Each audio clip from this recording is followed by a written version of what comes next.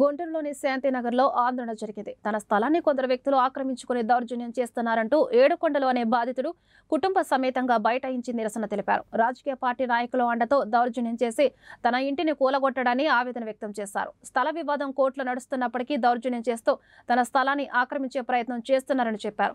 ఉన్నతాధికారులు స్పందించి తమకు న్యాయం చేయాలని కోరుతున్నారు.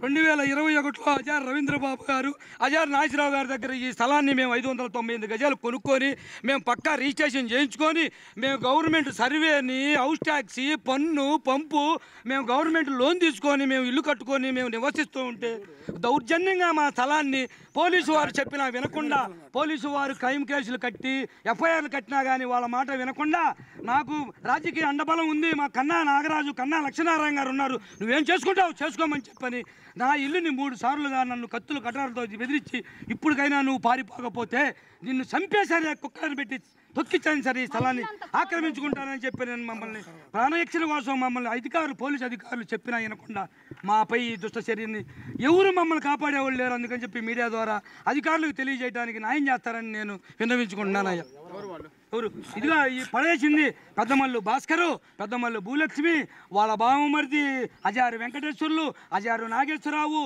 పెద్దమల్లు భాస్కర్ కొడుకు వెంకటరమణ, సూర్యప్రకాశరావు, ఈ అపార్ట్మెంట్లో ఉన్నటువంటి కన్నా లక్ష్మీనారాయణ గారి మేనగోడలు, వాళ్ళ భర్త, వాళ్ళిద్దరు కొడుకులు చూడండి, పగడాల గాంధీ విజయ్ చంద్ర వాళ్ళ భార్య, మాకు ఎవ్వరు ఏమి కారండి,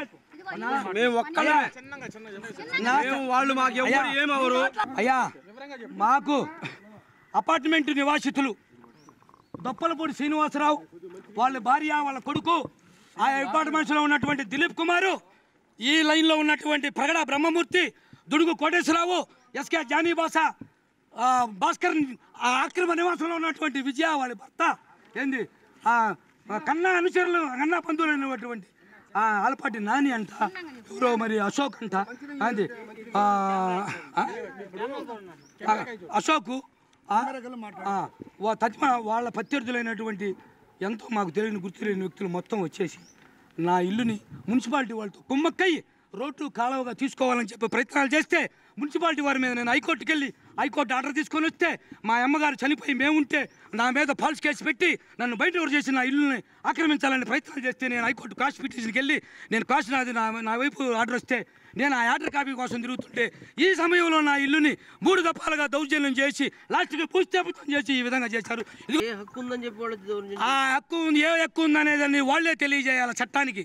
ఆల్రెడీ నేను కోర్టుకి వెళ్తే నా కోర్టులో వాళ్ళు క్యావిటేసి నేను మన డిపార్ట్మెంట్ వారికి చెప్తే నువ్వు వెళ్ళి నీ స్థలాన్ని నిరూపణ చేసుకుని హైకోర్టు చాటి చల్లదంట, మున్సిపాలిటీ వారి మీద నేను హైకోర్టు ఆర్డర్ చేస్తే చల్లదంట, నాకు చల్లదన్నారు అంటూ నేను ఆడ చల్లదన్నాను అన్నారు. నేను కోర్టుకి వెళ్తే కోర్టులో వాళ్ళు క్యావిట్ వేసుకొని నాకు ఆర్డర్ రాకుండా కోర్టులో క్యావిట్ వేస్తే దానికి సమాధానం చెప్పి నేను కోర్టులో క్యావిట్ వేసి ఆల్రెడీ ఈరోజు జడ్జిమెంట్ వచ్చింది. ఈరోజు జడ్జిమెంట్ వచ్చే లోపే రోజుకొక స్టెప్పున ఈరోజు సాయంత్రానికి నాకు జడ్జిమెంట్ వస్తుంది, జడ్జి గారు జడ్జిమెంట్ ఇస్తారు. నేను కోర్టులో ఉండగానే నా తలని ఈ విధంగా చేశారండి. ఇది ఎంతవరకు న్యాయమో? ఈ చట్ట వ్యతిరేక చర్యని ఎవరు ఖండిస్తారో? ఎవరు అండదండలు లేవు నాకు.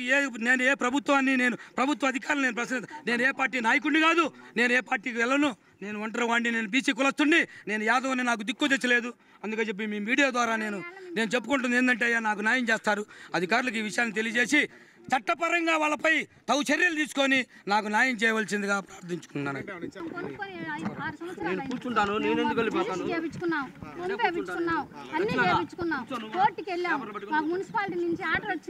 వచ్చిన తర్వాత మమ్మల్ని దౌర్జన్యం చేసి మాకు ఇల్లు పడేసి అంత గందరగోళం చేసి పోలీసులకు పోయి కంప్లైంట్ పెట్టినా కూడా మాకు న్యాయం జరగలేదు. మేము ఎంతో కష్టపడుతున్నాం. నాదని చెప్పి మమ్మల్ని వచ్చి కబ్జా చేసి దౌర్జన్యంతో మాకు తెలియదు అవన్నీ ఉంటే వాళ్ళు చూసుకోవాలి. మాకు రిజిస్ట్రేషన్ మేము చేయించుకున్నాం, కొన్నోళ్ళ దగ్గర చేయించుకున్న తర్వాత మేము పన్ను తెచ్చుకున్నాము, పంపు వేయించుకున్నాము, ఆ సర్వే నెంబర్ ఉంది, అన్నీ ఉన్నాయి, మా ఇల్లు కూడా ఉంది.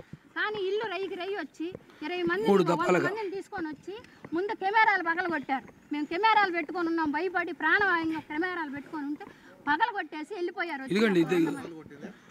భాస్కరు భూలక్ష్మి వాళ్ళ కొడుకులు. ఎందుకు వాళ్ళకి మీకు ఏమైనా ఉందా గతం? మాకేమీ లేదు, వాళ్ళకి మాకు గొడవ అసలు వాళ్ళకి మాకు సంబంధమే లేదు.